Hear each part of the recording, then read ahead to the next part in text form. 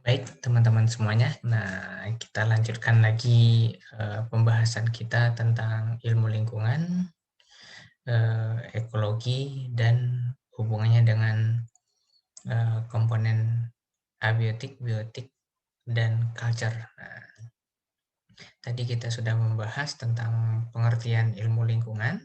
Nah, terus kita membahas juga tentang ekologi. Nah, sekarang kita membahas tentang lingkungan hidup. Nah, pada intinya ekologi dan ilmu lingkungan itu yang membahas tentang lingkungan hidup itu sendiri, di mana sumber daya adalah unsur lingkungan hidup. Nah, lingkungan hidup sendiri adalah eh, berisi sumber daya yang bisa dimanfaatkan. Nah, baik itu sumber daya hayati, nah, ataupun sumber daya non hayati. Nah, atau kalau ada juga yang menyebutkan ada juga sumber daya manusia yang biasa disebut culture. Nah, ada juga yang menambahkan sumber daya buatan. Nah, jadi ada 4 unsur yang mendukung lingkungan hidup itu sendiri. Nah, kalau biasanya orang menyebut ada unsur ABC. Nah, A-nya itulah adalah abiotik, yaitu uh, sumber daya non hayati, yaitu fisik disebut abiotik. Terus ada sumber daya hayati, biotik. Nah, C-nya adalah culture, di mana di sini adalah sumber daya manusianya. Nah, dan ada juga yang menambahkan sumber daya buatan. Nah, di mana yang sangat berperan dalam unsur-unsur ini adalah SDM-nya, sumber daya manusia atau culture-nya. Bagaimana kehidupan norma-norma sosial yang ada di masyarakat itu berpengaruh terhadap kondisi pengelolaan sumber daya non hayati, unsur abiotik, ataupun sumber daya hayati, unsur biotik. Nah, sehingga terciptalah sumber daya buatan untuk mengelola lingkungan hidup itu sendiri. Nah, apabila sumber daya manusia dari sisi culture-nya, dari sisi budayanya baik, maka pengelolaan sumber daya non hayati atau abiotik dan pengelolaan sumber daya hayati atau unsur biotiknya akan sangat baik dan bisa disebut sebagai pengelolaan sumber daya berkelanjutan, baik itu dikelola secara alami, nah, ataupun menggunakan sumber daya buatan. Pada pengertian lainnya tentang lingkungan hidup, ini kita bisa melihat bahwa lingkungan hidup itu ini berdasarkan penelitian dari Tanjung tahun 1982. Nah, lingkungan hidup itu terdiri atas unsur ABC, yaitu unsur abiotik, unsur biotik, dan culture. Nah, di mana yang dimaksud di sini unsur abiotik adalah digunakan untuk menyebut sesuatu yang tidak hidup atau benda mati biasanya. Nah, komponen abiotik itu merupakan komponen penyusun ekosistem yang terdiri dari benda-benda tidak hidup. Nah, contohnya adalah air, udara, cahaya matahari, tanah, topografi, dan iklim. Nah, itu pengertian dari uh, unsur-unsur abiotik atau lingkungan abiotik. Nah, sedangkan lingkungan biotik sendiri yang dimaksud dari ini adalah eh, komponen lingkungan hidup dari sekumpulan makhluk hidup atau organisme yang ada di lingkungan sekitarnya. Nah, jadi yang dimaksud dengan unsur biotik di sini adalah makhluk hidup, bisa yaitu meliputi manusia, hewan, dan tumbuh-tumbuhan ataupun makhluk hidup lainnya. Nah, jadi unsur biotik itu kalau bisa disimpulkan itu adalah makhluk hidup. Nah, unsur abiotik adalah benda matinya. Nah, di mana di sini juga ada unsur C di sini yang disebutkan lingkungan kultural. Nah, lingkungan kultural ini adalah masalah kultur atau budaya.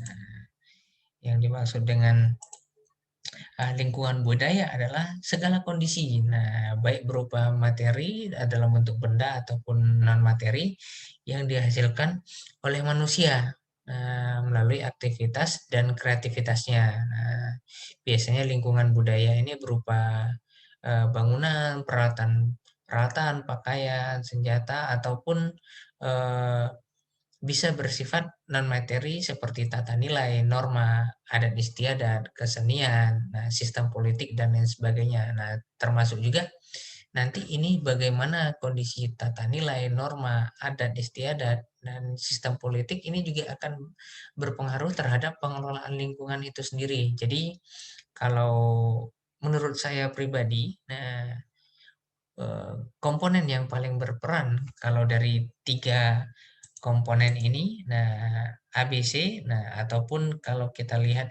kembali ke sini ada SDM ataupun sumber daya buatan. Ini kalau saya menyebut SDM dengan sumber daya buatan ini adalah cultural environment tadi. Nah, yang ini yang C ini. Nah, masuk ke C, unsur C ini. Nah, di mana uh, makhluk hidup itu sendiri yang memiliki sistem tatanan norma dan nilai dan ada istiadat. Nah, itu akan sangat berpengaruh nih kultural ini terhadap komponen abiotik dan komponen biotik selain manusia. Nah, karena komponen biotik ini manusia termasuk komponen biotik, tetapi manusia itu sendiri yang paling sangat mempengaruhi hubungan antara abiotik, kultural, dan biotik lainnya. Nah, apabila ada ketimpangan di sini di mana terjadi eksplorasi ataupun eksploitasi. Nah, eksploitasi besar-besaran terhadap unsur-unsur abiotik, nah maka eh, akan terganggulah keseimbangan dari unsur-unsur kultural ataupun unsur-unsur biotiknya. Nah, sehingga eh, unsur ABC ini atau ada juga yang menyebutkan sumber daya manusia, sumber daya non hayati, fisik, sumber daya hayati, dan sumber daya buatan. Nah, ini harus terus dijaga keseimbangannya. Akan tetapi, nah seperti yang kita ketahui selama ini, nah dalam beberapa tahun ini isu-isu lingkungan sangat banyak diberitakan lah, nah baik di media massa ataupun media cetak. Nah, di mana kalau kita lihat akar permasalahannya itu ada di pertumbuhan penduduk, yaitu dari sisi kalau ada unsur ABC tadi, nah unsur B-nya lah yang berpengaruh, di mana ada pertumbuhan penduduk dengan unsur kulturalnya, nah dengan unsur norma dan nilainya. Nah, pertumbuhan penduduk makin bertambah kalau kita bisa lihat data BPS saat ini kalau untuk di Indonesia ya. Nah, kalau untuk di Indonesia bahkan sekarang sudah mencapai 260, bahkan sudah sampai 270 perkiraannya, 270 juta.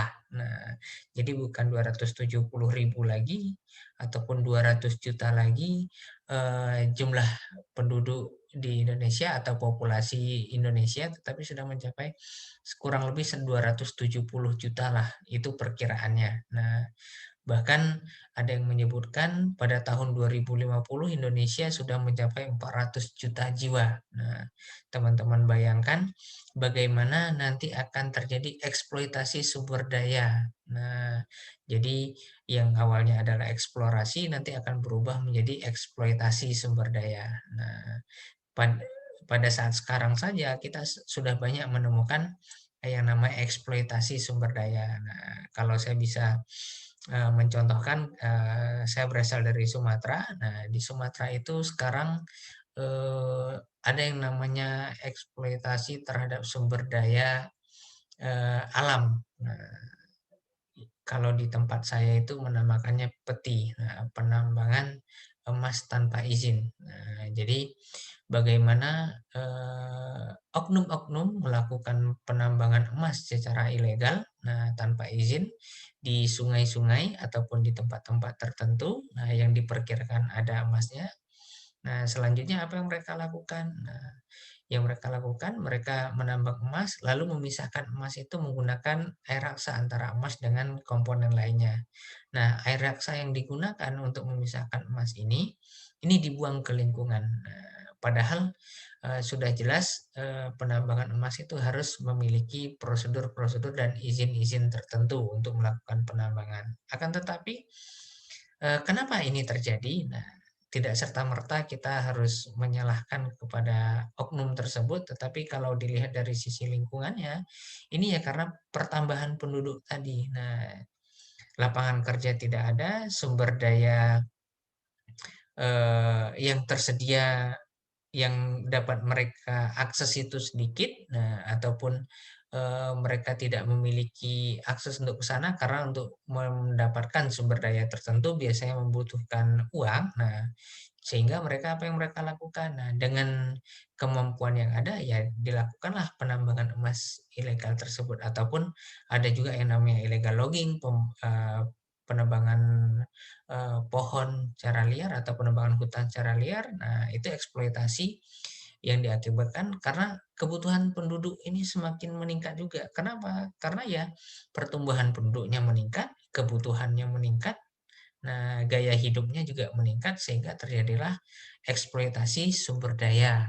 Nah, baik bahkan sekarang tidak hanya sumber daya alam, bahkan eksploitasi sumber daya manusia pun sering kita dapatkan bagaimana Eee, ada juga oknum-oknum yang memberikan upah ataupun gaji di bawah upah minimum biasanya kepada pihak-pihak tertentu. Nah, dampaknya apa terhadap unsur ABC? Nah, kita bisa lihat sama-sama teman-teman. Nah, kalau sudah terjadi eksploitasi sumber daya, nah terutama sumber daya alam, nah secara besar-besaran, nah kita bisa lihat bagaimana dari sisi abiotik itu lahan pertambangan contohnya. Nah, sangat banyak lahan-lahan bekas tambang yang saat ini mungkin belum terkelola ataupun sudah ditinggalkan, tapi akhirnya ya dibiarkan begitu saja. Nah, terus berubahnya ekosistem perairan. Sudah jelas ini kalau ada saya contohkan tadi ada penambangan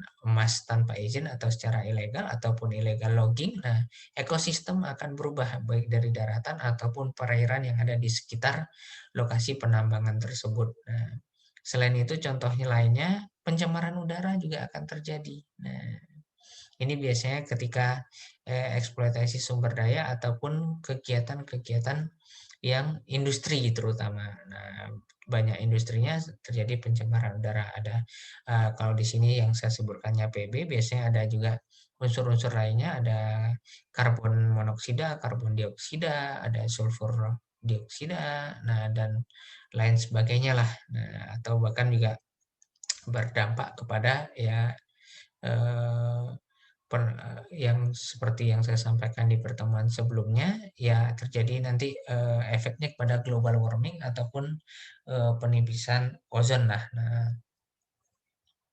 terus ketika terjadi eksploitasi sumber daya, nah secara besar-besaran, terutama sumber daya alam dari sisi eh, air, umpamanya terjadi pencemaran air dari sisi abiotiknya, nah terus ada perubahan ekosistem perairan, nah terjadi pencemaran, nah, kebiotiknya biasanya juga akan tercemar. Nah, contohnya sayur mayur yang tercemar, kerang, ikan, daging tercemar. Nah, biasanya ketika sudah lingkungan tercemar, terutama oleh logam berat seperti raksa atau hagi atau timbal atau tembaga. Nah, biasanya ada yang namanya sifatnya bioakumulasi. Nah, apabila itu masuk ke unsur biotik, nah seperti sayur mayur, kerang, ikan, bahkan ke manusia, ke daging hewan. Nah, itu nanti ada namanya sifat bioakumulasi sehingga tertinggal di dalam tubuh makhluk hidup tersebut. Nah, efeknya apa? Nanti dari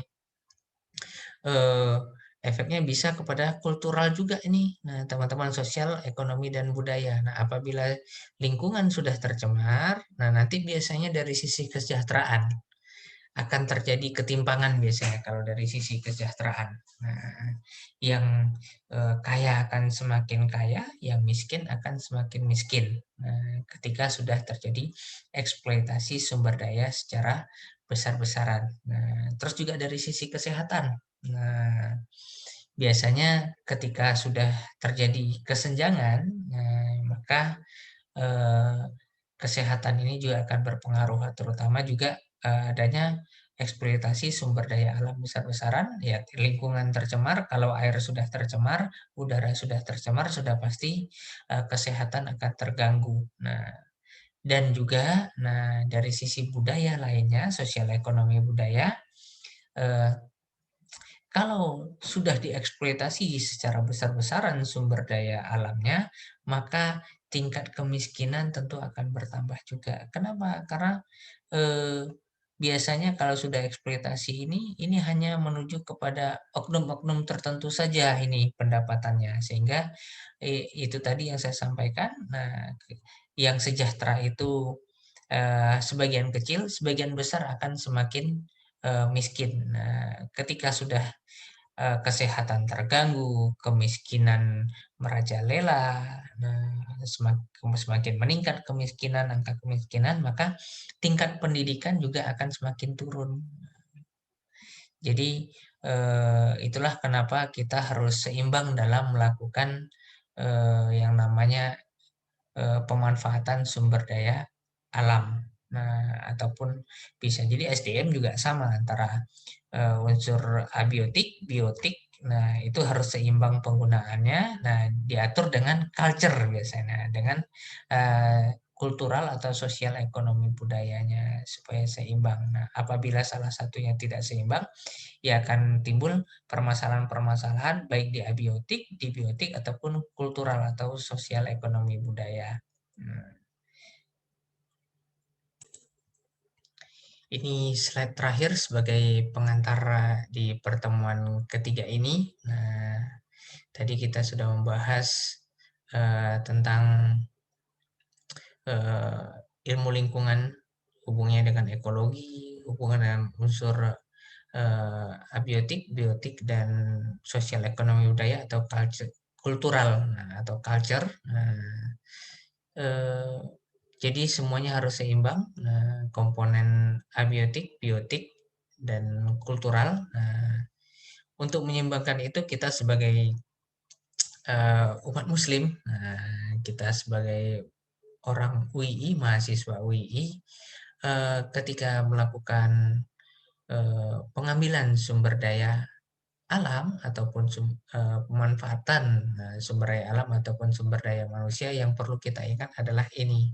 Nah, seperti yang digambar ini, bagaimana hubungan timbal balik antara yang khalik dengan makhluknya. Nah, kita sebagai makhluk, kita sebagai khalifah di muka bumi ini diminta untuk merawat, menjaga jagat raya ini, yaitu bumi ini, untuk terus berkelanjutan untuk masa depan anak cucu kita. Nah, sehingga apabila kita menggunakan ataupun memanfaatkan segala sumber daya yang ada di muka bumi ini sesuai dengan kebutuhan kita, maka hubungan kita juga dengan Tuhan atau dengan Allah juga akan semakin baik. Nah, jadi ada hubungan timbal balik apabila kita sering-sering mengingat bahwa kita ini hanyalah khalifah ataupun hanya utusan untuk mengelola ataupun memanfaatkan sumber daya alam ini tidak secara berlebihan, tetapi juga berpikiran untuk masa depan anak cucu kita, maka akan terjadi keseimbangan bagaimana kita hidup seimbang dengan lingkungan sekitar kita, dengan alam, dan kita juga bisa mendekatkan diri kepada Allah. Nah, jadi kita sebagai mahasiswa WI, dengan adanya mata kuliah ini diharapkan teman-teman memang menjadi insan yang rahmatan lil alamin, bermanfaat untuk segala makhluk yang ada di muka bumi ini. Jadi mari sama-sama kita menjaga lingkungan, walaupun pembangunan infrastruktur terus berjalan. Jadi baik infrastruktur secara bangunan gedung ataupun jalan dan infrastruktur lainnya, teman-teman teknik sipil memang harus melakukan itu. Nah, tetapi yang perlu kita ketahui, kita jangan melupakan kita ini hanya sebagai khalifah dan salah satu nilai ke-UI-an kita adalah menjadi insan yang rahmatan lil alamin, bermanfaat untuk seluruh alam, nah seluruh makhluk yang ada di muka bumi ini, maka ingatlah jangan berlebihan dalam memanfaatkan sumber daya yang ada. Nah, cukup memanfaatkan sesuai dengan kebutuhan yang ada. Jangan terlalu serakah dalam memanfaatkan sumber daya yang ada. Nah, apabila eh, ada ketidakseimbangan, nah antara unsur abiotik, biotik, dan kultural tadi. Nah, maka juga kalau dilihat dari sini ya, maka hubungan kita dengan Allah juga tidak akan seimbang. Nah, sekali lagi saya mengajak teman-teman, mari sama-sama kita menjaga lingkungan sebaik mungkin.